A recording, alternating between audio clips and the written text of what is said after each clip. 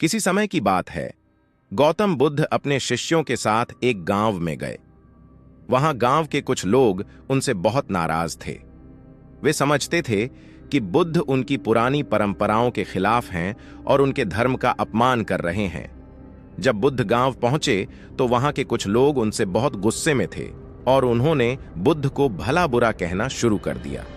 वे अपशब्दों का प्रयोग करने लगे और बुद्ध को भड़काने की कोशिश की, लेकिन बुद्ध बिल्कुल शांत थे। वे एक शब्द भी नहीं बोले। उनके शिष्य इस स्थिति को देखकर परेशान हो गए और सोचने लगे कि बुद्ध कुछ क्यों नहीं कह रहे। वे बुद्ध से पूछने का इंतजार कर रहे थे कि आखिर वे मौन क्यों हैं। जब गांव के लोग थक कर चले गए तब बुद्ध के शिष्य उनके पास आए और पूछा, भगवान, आपने कुछ क्यों नहीं कहा?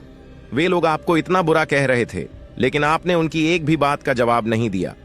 बुद्ध मुस्कुराए और बोले, यदि कोई व्यक्ति तुम्हें एक उपहार देना चाहता है, लेकिन तुम उस उपहार को स्वीकार नहीं करते, तो वह उपहार किसका होगा?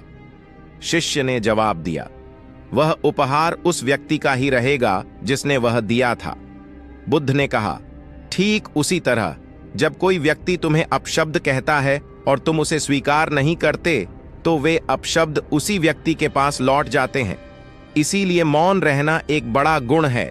यह तुम्हें दूसरों के नकारात्मक विचारों और शब्दों से बचाता है। इस कहानी से यह सीख मिलती है कि मौन रहकर हम नकारात्मकता को खुद से दूर रख सकते हैं और अपने मन की शांति को बनाए रख सकते हैं।